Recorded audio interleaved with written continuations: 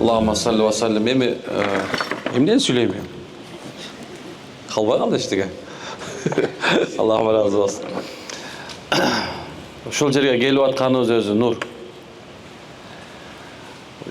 Ар бир келгенибиз өзүнчө бир башкача болот да. Анткени Абдырахман Дамылам экөөбүз канча жылдан бери келип атабыз. Бирок келген сайын эле ушул жерге кайра келгим келе берет. Бизде бир сөз бар го. Көрбөгөнгө миң арман депчи. Жок, көргөнгө чейин бир арман дейт. Анан көргөндөн кийин миң арман дейт да. Өзү бул жер жөнүндө аябай көп нерсе айтса болот, бирок бул жер өзү мухаббаттын жери. Жүрөгүң бул жер ар бир имандын жүрөгү ушул жерде күйө турган жер. Бул жердин өзүнүн бир башкача бир аурасы докоз нуру бар. Меккеге барганда өз Кабанын өзүнүн бир нуру бар иншалла.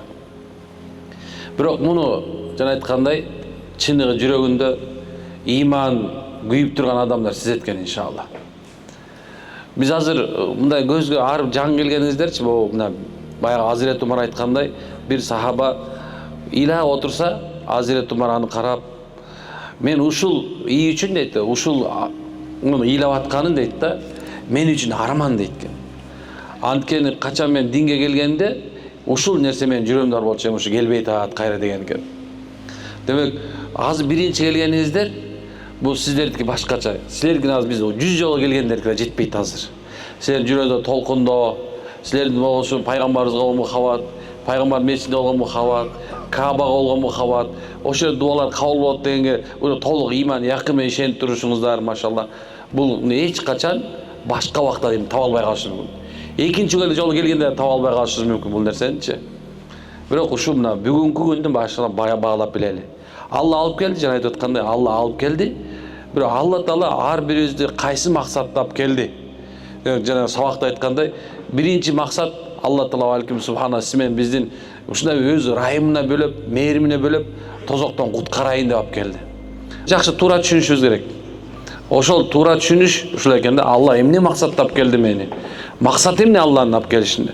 Десек, Алла өзү айткандай, пайгамбар саллаллаху алейхи вассалам сөзү менен айттыргандай, бул жерден биринчиден иманыңызды кубаттап, экинчиси суган жашообузга береке бериш үчүн, андан кийинкиси эң чоң нерсе субханалла, кыяматта Алла өзү кулак укпаган, көз көрбөгөн, акыл жетпеген жараткан бир макулук бар, алынат бейиш. Иншалла жана билим досубуз инебиз айтты. Эмне да айтты? Айткандай ушу бүгүн көрүшпөй калышыбыз мүмкүн. Бирок эртең бейиште көрүшүбүз толук ыктымал экен.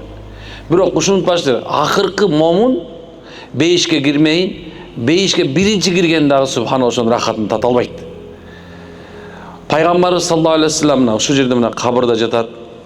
Алла Таалам пайгамбар саллаллаху алейхи вассалам ошол пайгамбарыбыз саллаллаху алейхи вассалам кыяматта бизге шапаат болот. Шапаат деген ортомчу болот. Ортомчу деген нерсе ошол эки, Алладан бизди азапталып тозоктун ичинде турсак дагы пайгамбарыбыз шапаат кылып, менин үммөтүмдү акыркысына чейин чыгар деп, акыркысы чыгып бейиштин ичиндеги эң кичинекей нерсени жемейин болбойт экен тууган. Ошол себептен Аллахым кабыл кылсын, машалла, Аллахым кабыл кылсын.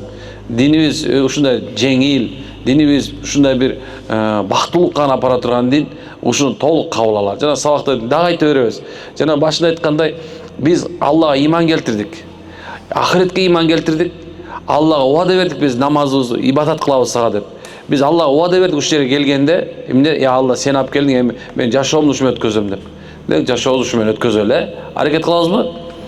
Анда аксакалыбыз 77-ге чыккан экен, мен 77-нчи жылкымын дегенде баштайт.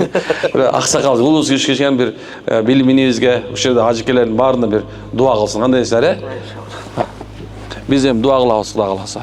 Кара аксакал бир узун ушул күнгө жеткирип, ушул күндү көрсөткөн, ушул умурага жеткирген Алла Таалама чексиз шүгүрлөр болсун.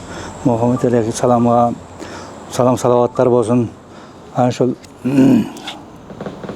компаниянын немесиге ушу терең ыраазычылык билдирем. Ушу ой.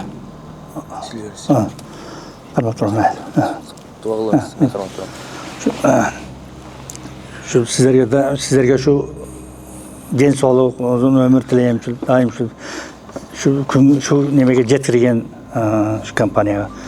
Şu ilmini men eşitkendim şu Batken'den daha şu nemeleri jetkende bir azı görüptüm da bu balan nemede de görgendim. Şuga çoğun rahmat şu. Şu ustazga jetkap kelipsi biz şu jetkirgen nemege rahmat deyin de çoğun. Allah Taala'mızdan şularga berekesini versin, uzun ömür versin. Tinçoluk versin inşallah. Biz söylep bergen emasdan Allah. Endi. Sizlerge tinçoluk, uzun ömür inşallah. Şuntip daim nemeni umraga neme kılıp geleberingizler Kırgızstan'da getirip. Şu cemaatımızga daim şu tinçlik, amançılıqla küneleri olsa künelerini keçirgen bolsun Allah Taala'm. Amin. İnşallah. Çıkıp kalıp da. Bilimge tereң rahatçılık şu. Bizde şu nemege jetkirgen, şu neme kılıp apargan ilmediğinge çoğun rahmat. Amin. Allah razı olsun. Allah. İnşallah Allah bereke versin. Kılgan işlerin daim Allah Taalam aldığa ilgili жылdıra versin. Kırgız elimiz için hizmet kılıp atat. Bul neyiz ümmet bölünbeyt birok. Biz Kırgızlar şu söz aytabız daymaçı.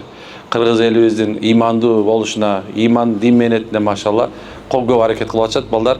Allah'ın barına bereke versin, yaşosuna bereke versin. Jaman gözden, jaman sözden közgө көрүнгөн жана көрүнмөн душмандан сактанып болсун.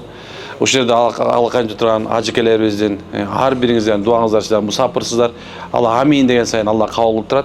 Мына ушундай кыргыз элибиз күнүгө эмес сааттап ушул жерди ыйык жерди көрбөгөн Кыргызстанда бир да адам калбасын. Ушул жерде тооба кылбаган бир да адам калбасын. Бала бакырабыздан урпабыз кыямат күнгө чейин ар бири машалла ушул жерге келип, ушул жерде пайгамбар зиярат кылып, Каабанын түбүнө дуалары кабыл болуп, Кыргызстанга кайтып, кыргыз элибиз имандуу, инсафтуу, берекеттүү, өнү өскөн, дайым такай Кудай Таалам өзү колдоп турган эл жерден болуп кетсин, Алла насип кылсын. Амин.